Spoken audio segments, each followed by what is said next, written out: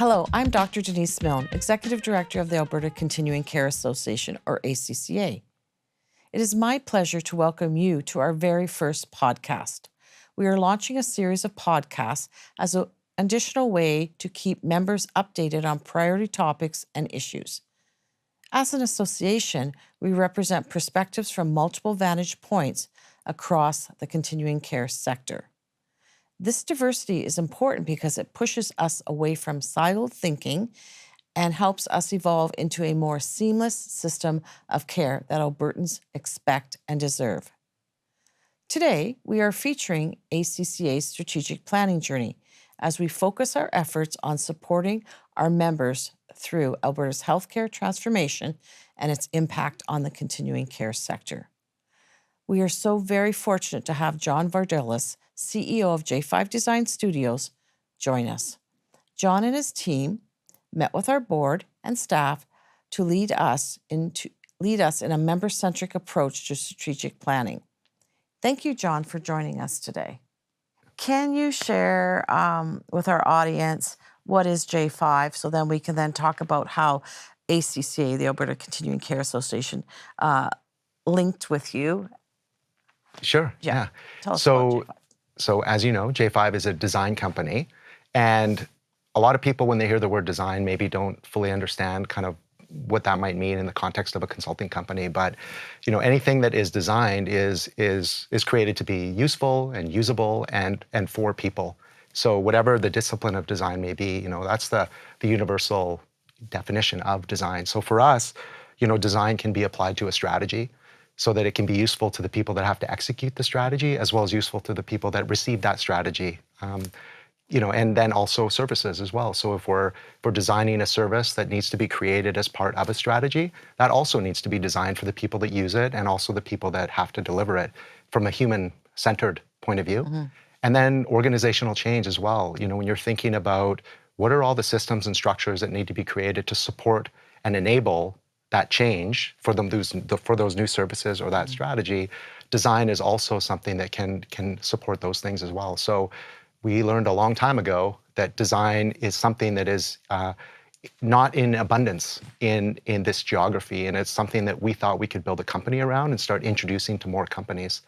And we've been around since 2013 and have the privilege of working with organizations like yourself. And often it's because maybe people don't say or articulate that they want design, but often it is what people want, and mm-hmm. we're just introducing a capability that companies start to really love and embrace. Yeah.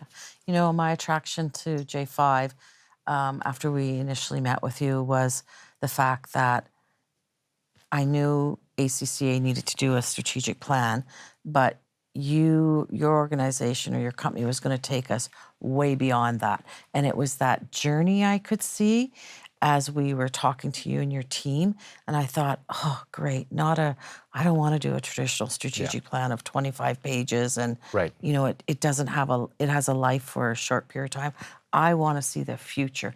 I want ACCA to have a strong future in the continuing care environment. And I could see, as you guys were talking, like, that's doable. That's doable. Yes, we need those membership engagement. Yes, like I could see and feel all that. And that's because I had the energy from your room, right? Yeah. And I know my board chair, Faisal, saw the same thing. Yeah. And so, you know, this was a big step forward, I think, for ACCA to look at putting their vision together in a very different way. Yeah. So I thank you for that. I think that was instrumental. You say Faisal, which is how we got connected. Yeah. But I also still remember the first time we met each other in my studio in Calgary at my boardroom, and I felt that immediate sense of connection and shared vision, because I have the same, you know, as we've talked about previously, like in my business as well, like as a leader in your business, as a leader in mine, I think we both share that desire to, you know, go beyond maybe what the kind of general expectation might be and really push forward to that. How do we create a completely different future that's really going to impact people in our province? Yeah. And that, having that imagination is, I think, what's connected us. Yes. And so I often find our best clients have that same mindset And sometimes when we work with larger organizations, we have to find that person within the company that has that. Maybe it's a VP that's buried inside of a business unit, or it's a operations person that's kind of in this part of the business. But if we can find that person and then support them to drive that change and grow it from the inside out, that's really like what we love to do. So, And as you know, like at ACCA, we're all brand new. We're a brand new team. Yeah. We all started somewhere between March of 2024 to most recently. And so we've cultivated this really energized team yes. who is just wanting to thrive and do things differently and really take the opportunity to take continuing care with our members just forward, right? Yeah. Not get stuck sort of in kind of the mud of things, but what can we do based on our analysis, based on our learnings, what can we do to find the solutions? And that's where I think our planning needs to go with your help. Like our focus is obviously membership engagement. Yeah. You guys honed into that very quickly. Like what can we do more of? What can we do differently? What can we do to gain more membership, to secure membership? And so I think it's like all the things we've talked about so far, and now we're moving into the next step of J5 interviewing like 10 members, and then with questions, and we're going to follow those questions and interview all our sort of business partner corporate people, and then have an interview with all our what I'll call service delivery, but our operators in our system, from home care on to long-term care facilities and end-of-life palliative. And then we're going to be able to theme all that in the analysis of it and put together a really robust understanding of our membership, because we need to understand our membership. Yes. We need to understand what their needs are, where they want to go, and allow that to drive us. Yeah. So, yeah. And the language you're using, which I love, is you're using the word "we" a lot. Yeah. You know, we need to do this, we need to do this. And I think when you're saying that, you're talking about your team. Yeah. You're talking about your customers, your partners. You're also talking about our team. Yeah. You know, I think that's something that's unique about the way we do strategy that I think you've been attracted to, is that it's not us doing it for you, it's us doing it with you. Yeah. And if we do it with you and your team, then there's going to be a sense of we were part of building this together, which leads to a higher level of adoption. Yeah. Historically, what I found, you know, before I started J5, I worked for management consulting firms where the traditional mindset of strategy was much more analytical. Yeah. So it was much more, how do we create a strategy that is very reliable, right? That is very, you know, compliant. But there wasn't a lot of imagination. There wasn't a lot of intuition or emotion that was built into it. And the thing that makes strategies successful or not successful is people. Yeah. And you can't organize people. People have, you know, they will choose to do things based on how they're feeling, not based on what the numbers have historically said. So for a leader like you that's very interested in creating a future, you know, you can't look backwards to create the future, or you're going to create a business that's very me too. So you need to look ahead, which requires a totally different toolkit. It requires your imagination. It requires co-creating with your partners, really understanding in this moment in time, based on what's happening in our external environment right now, what is it that people need and want? And then how are you building the systems with your people to be able to deliver in a faster, more agile way? Which is, I mean, I get excited talking about it because I really think that it's starting to invade this design approach, is starting to invade business. So people are starting to realize that design can complement a more traditional mindset. It's not replacing it. We still need very analytical mindsets, but if we can pair that with the kind of the intuitive mindset, you know, Roger Martin, I'm a big fan of, you know, he calls it the integrated mindset, which is like, how do we take those two, that analytical mindset with that intuitive mindset, combine it into something that can be more powerful and effective to create better futures? Well, and just the concept of the integrative design or co-design, like we're doing this with our members. Yes, you are. Yeah, and I think that is cool. Like It's the best. Our team, our board, I think is going to feel so good about what our product is that we come out with based on feedback from our members, right? Yes. The members need to drive the organization, They need to own the organization, right? And we need to bring them all into the journey of that, right? Yes. And so, you know, your team calls it the journey mapping, right? Yes. Which is great because that's essential. That is what we're doing, right? And I think that map will set the stage for the future, but not just for our members, but also we're going to impact the continuing care sector, whatever that looks like in the healthcare transformation. We will have large imprints in that, which 100%. I think we need to do for the clients, for the caregivers, you know, in this sector, right? Like it's a huge impact on the service delivery individuals or operators, but also how are we going to impact Albertans 100%. in a positive way? There will be so many trickle-down effects of this way of working that people encounter along the way working with you. I know for us, I mean, part of the reason we even got into the healthcare space was based on some work that we did with the University of Calgary. So the Cummings School of Medicine hired us to walk them through a similar strategy approach for them. We engaged, I believe it was about 2,500 stakeholders through this process. And the dean, Todd Anderson, had a vision similar to you of, I don't want to create the regular traditional strategy. I want to create a strategy with our community, with our faculty, with our physicians, with our researchers, not for them. And it was this really iterative way of creating a framework that they could continue to adapt the strategy as they went along. And that actually turned into an introduction to another physician and another physician. And now we're working with primary care networks. We're working with your association. And we're really starting to see this kind of this desire, you know, in this environment that we're in to be able to work differently. And that's really what we're talking about. Like really what design does is enables people to work differently, to think differently. And it's one way. It's not the only way. No, but you know what? It brings forward this concept I've been talking about with the changes in our refocus of our healthcare, which I totally support. How do we ensure we're connecting the dots? This design is connecting the dots. 100%. Like it's just coming to me now, like that. I have been concerned that, you know, we're going to have these 4 pillars. They're management structures, which is great, but how do we make sure these acute care talks to mental health or continuing care, vice versa, right?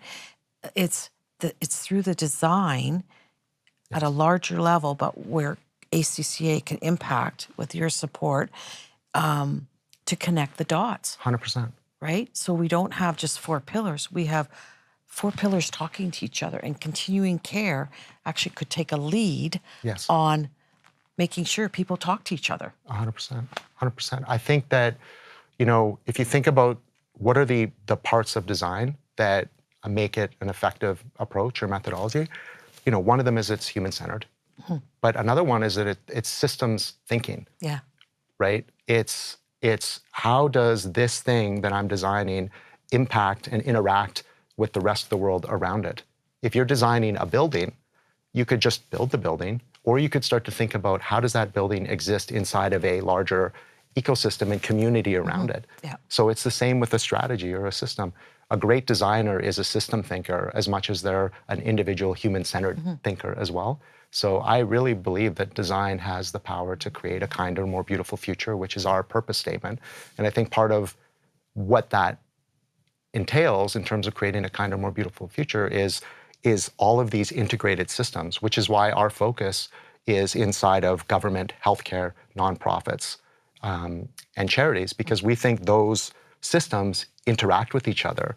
You know, your organization, your membership is diverse across all those different areas, and your partners, particularly with the government, it's a massive platform that's connected into so many things.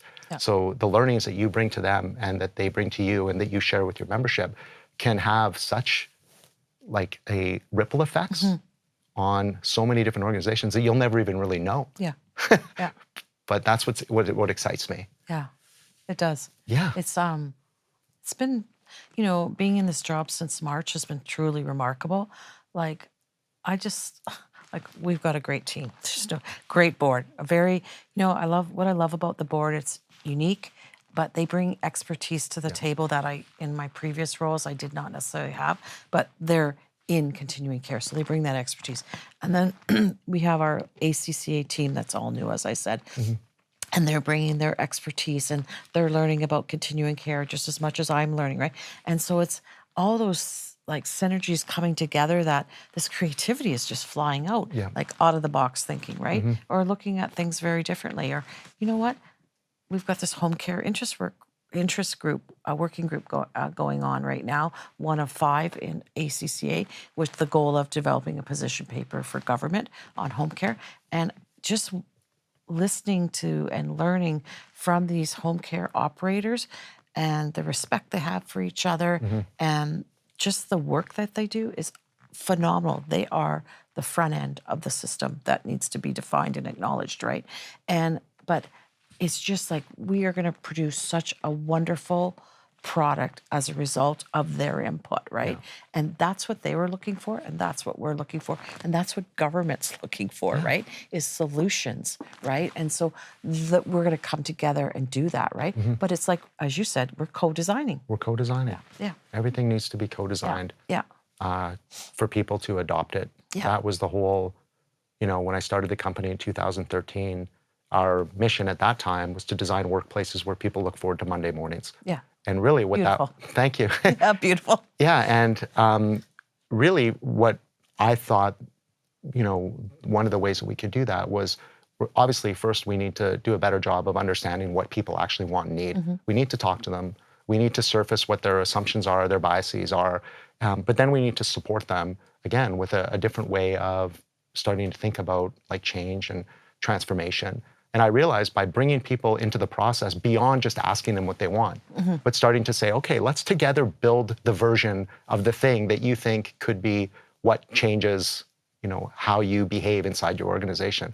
And really bringing them through that prototyping process where you're creating a version of the strategy or, the technology or whatever it might look like, and get their feedback and have them interact with it.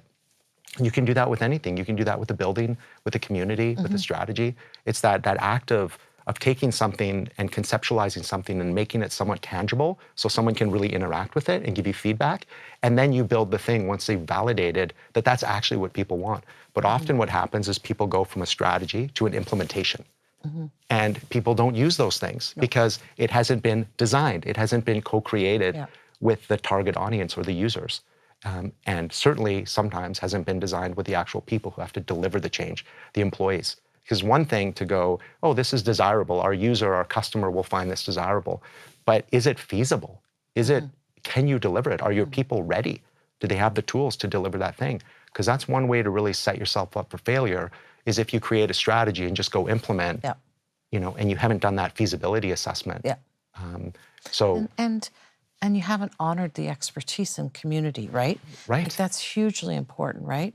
Like they're living and breathing the situation every day. We need to honor that, right? They're the experts. I'm not the experts. They're the experts. Yes. I just want to mobilize them to bring that expertise to the table so we can actually, as you said, there's your feasibility study, and then we can map this out. Yes. That's going to make Together. sense. Together. Yeah, together. Absolutely. Yeah. I remember, it took me a while to realize that. When we started working in the nonprofit sector, we started actually in the housing side of things, the social housing side. And I remember I was working with some folks actually at the United Way. And I had a conversation with one of the ladies there, and I said, oh, we really need to go understand the needs of people that are living on the street right now. I'm gonna go just talk to them. Yeah. I'm gonna go just talk to them. Good. And she was like, well, it's good, but she said, well, you're not equipped to have that conversation with them. And at the time I said, I think I am, it's just a conversation. But there are certain realities of there are people that are trained, social workers, to have the conversations and support those folks in the event that the conversation doesn't go that way. And I started to learn, okay, maybe my job is to actually design with the people on the front line and introduce different, ideas and tools that they can use because they know their customer. They're the ones that are the experts, so maybe the opportunity to introduce design into, the social services sector, I learned, is to actually start just engaging more with their frontline workers and enabling them with some different ways of thinking about how they take the learnings from engaging and present them back to the organization and say, hey, we need to change how we're working because what we're doing isn't working effectively enough, I've got some ideas. And so how do you help that frontline worker take their idea and move it to an implementation? Yeah. So it's, well, you need a system. Like an organization needs an innovation management system, or they need a customer experience strategy. They need to create these new ways of working, which is what I get really excited about, because that's where scale comes from. You know, you could hire my company to come in and help you design a new thing, and then you could implement that thing. But no one in the organization is bought into it. That's right. So it's really about, for me, it's about how do we create these things and from within. Yeah, and I think when we got together with you, with the board and the ACCA team, bringing everybody together was the buy-in, right? That shifted the trajectory in my mind, where we were all in this together and we're going to go in a good direction. Yeah. I mentioned him earlier, Roger Martin, who is really an inspiration for me in terms of design and business design. And he talks that, he calls that, what is your winning aspiration? So how do you define that winning aspiration as an organization? Because it becomes that North Star. If you don't do that, and you just jump to, here's my idea, this is what I think we should do, you know, everything kind of fans out. But if you have that collective shared goal at the leadership level, at the board level, around what your purpose is, then everything just starts to kind of naturally fall a little bit into place. This cascade happens. Yeah. And it's like, oh, we have an aspiration. Okay, well, where are we going to apply? What markets? Who's our customer? Oh, how are we going to deliver that? Oh, what are the systems that we need to deliver that? Everything starts to neatly start to fall into place. Yep. But if you don't have that shared value, that shared purpose, then you're just kind of, your strategy is going to be all over the place. You're managing crises all the time. Right. Yeah. And that's not good. No. Yeah, that takes away from all the good energy. Yeah. And you can feel the passion. Like when I'm sitting in a board meeting, I feel passion. When I'm with the ACCA team, I feel passion, right? Like it just feels right. So where do you think that passion comes from for you and for your team? Well, when I applied for this, you know, when I came into this job, I really didn't know much about ACCA. I had to do a lot of research because my background is in mental health, you know, disabilities, addictions, healthcare administration, and nonprofit and government. I have a lot of government experience behind me. And then I did management consulting. So I did the traditional strategic plans. So you can imagine I'm sitting there looking at you at that meeting going, did that. I don't want to do a traditional strategic plan. And then I see where this is going. I'm like super excited. And I think you saw that. Yes. Because the last plan I did, it probably still hasn't taken off the ground, right? For a group that I was working with. So my passion is I want to make a difference. I want to contribute. Continuing care, when I first came into this role, I felt was like not well understood. You know, it's going to be a pillar, but is it going to be a lost pillar? You know, acute care is huge. Mental health and addiction has a lot of attention. Now it has its own ministry, actually. You know, primary care has got a lot of attention. But what about continuing care, right? And this is where there's the most vulnerable, whether it's, you know, and I look at continuing care as a lifespan approach because you can have a child, you know, that's got a disability. You can have a child that's palliative. They're going to be part of the continuing care system, right? Yes. So I look at it a bit larger maybe than some others. And I look at it not as linear. I look at it as more kind of holistic. And so my passion is driven by I want the individuals and the caregivers in continuing care to get the best quality service and supports needed, right? I want them to have the best outcomes. I want the system to reshuffle some of their outcomes. And how can we help? So I take home care. Home care plays a big role in keeping people out of hospital, keeping people out of emerge rooms where it's not always, you know, it's a traumatic experience, right? And so how can we keep them in their homes, individuals in their homes the longest, in their communities? And coming from rural Alberta, I really see the importance. You know, my experience with my father-in-law, he is a farmer. We wrapped around. My husband's family is what I'll call resource rich, 6 kids. You know, how do we keep George out of the hospital? How do we keep George in his home and not long-term care? So I set up a schedule for them.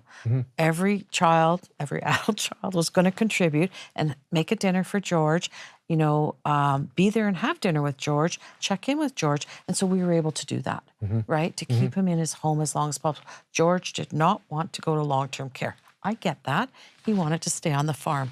That's where he wanted to die. If that's his wish, I want to honor that. Great father-in-law. And, that's exactly sort of what happened for him, right? And the family rallied, and it was really good. And everybody contributed. And, it was really healthy for George. Yeah. So, I'm driven by stuff like that, with my own parents. My dad went from acute care to drop-down care, and I think he hit long-term care and said, no, I'm not doing this, and went back to acute care and passed, right? He did not want to go that way, right? And, for some people, obviously long-term care is very effective and helpful, and there's such good operators out there, absolutely. But, you want to honor the wishes of that individual. And so, living on a farm today, it's rural Alberta is different. It's that's their identity, is their farm. Yeah. Right. And for them, it's important to stay in their home community where neighbors help neighbors, right? It's still very much like that. And it's good to see. And so I think that sort of drives me to say, what can I do to be helpful? What can I do to contribute into this sector, right? Yeah. And we've had such a positive uptake from meeting with the Premier to various ministers like Minister LaGrange and Nixon and Minister Nally. Like we have some really solid relationships. Always prepare a briefing note, so very important that they know what we're coming for. And even like the deputy ministers, and the assistant deputy ministers, ACCA is very well positioned to be heard and to come with solutions. And I think government appreciates that. I think so too. I think the world needs people that genuinely care and are passionate about what they do. So I hope that your membership and the government understands how hard you folks are working and how much you do care, because we see it. We see the passion. We're, again, we share that same passion for working on these types of problems and opportunities. Yeah. So I really hope that they recognize that and they continue to really support you, which I know they will, because you can't help but sense it. I mean, your whole strategy of testing a lot of your strategy as you're going along the way and co-creating that with your partners. I'm really excited for your large conference that you're having at the TELUS Convention Center in October, because what a platform to be able to really share and talk about all the things you're learning, and again, use that as a real listening post. Rather than a place for you to tell. Yeah. It's a place for you to learn and engage. And to hear. Exactly. Absolutely. It's the pull, not the push. Yeah. You're trying to understand and refine your understanding. Yeah. Your strategy is never complete. That's right. It's constantly changing. And we've talked about that conference that you do every year, this annual conference, starting to think about that as one of those major opportunities to share and learn and integrate into your strategy. And when I think about the conference, we tagged it as catalysts of change, which is, I agree with that. But I also see as advancing practice, whether it's organizational practices, clinical practices, advancing people's practices in this sector, right? And making the connections to the other sectors, right?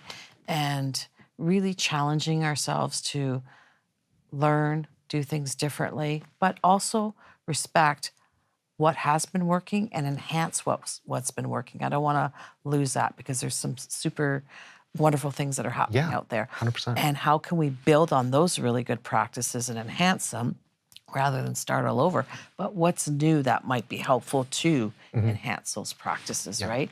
I think this is going to be I look at this conference as a huge conversation. Yeah. And a great conversation. Yeah, and I think this podcast, this vision that you have for this podcast as another way of sharing and learning in this ongoing way is really exciting. It's inspired me. I was sharing with you earlier. I mean, this is something that I think maybe my organization needs to be thinking about doing as well.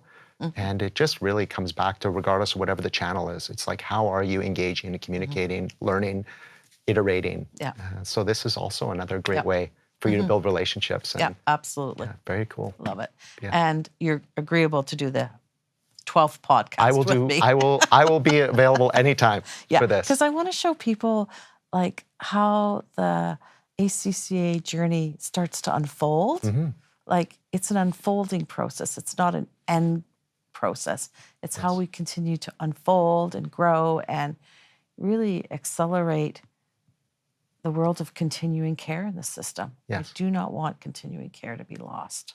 Well, one thing that, design, one of the things that, expressions of design, is that design is a tool to solve wicked problems. And the reality is that the problems that are wicked are the ones that like maybe are never solvable.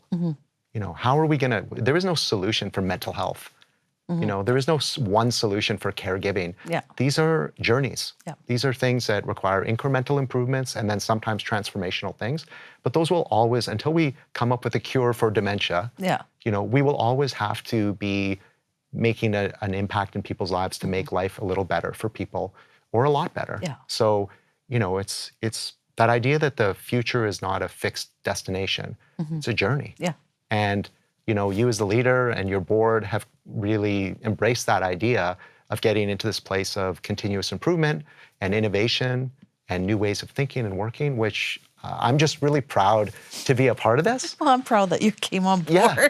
Well, and selfishly for me, your organization has so many great relationships with long-term care providers and different partners in government. It's great for us. It's more exposure for our company. Our business grows typically through referral. Yeah. The reason I met you was through your board chair. Yeah.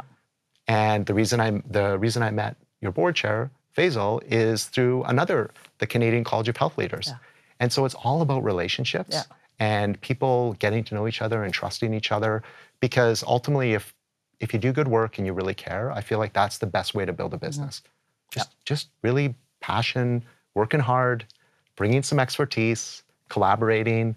You can't go wrong with that. That's the way to be successful. Yeah, and the other key ingredient I find is responsiveness. Oh yeah. I think it's really important to be responsive to people and follow through like that. Those are key features to me. I agree. Yeah. There's a framework and model that I learned at another organization about how do you build trust. And it's from the Trusted Advisor, David Meister. One of my mentors taught it to me. And it was trust equals credibility plus responsiveness plus intimacy over self-orientation. And so 100%, the way you build trust is through being responsive. If I send you an email and it takes you 4 days to get back to me, no matter what you said in that email, if there's some urgency on my end, that's not a good experience. So it's like setting the expectation of what is the level of responsiveness that is required to create that trust. I agree 100%. Responsiveness is critical. So John, this has been a pleasure. So thank you so much. But apparently we're going to wrap up. Okay. We could have kept this conversation going. Well, we talk all the time anyway. We'll be talking again anyway. Anyways, thank you so much. And I'm so glad J5 is part of ACCA and where we're going. So thank you. You're welcome. And it's a privilege to work with you and get to know you. Yes. Thank you.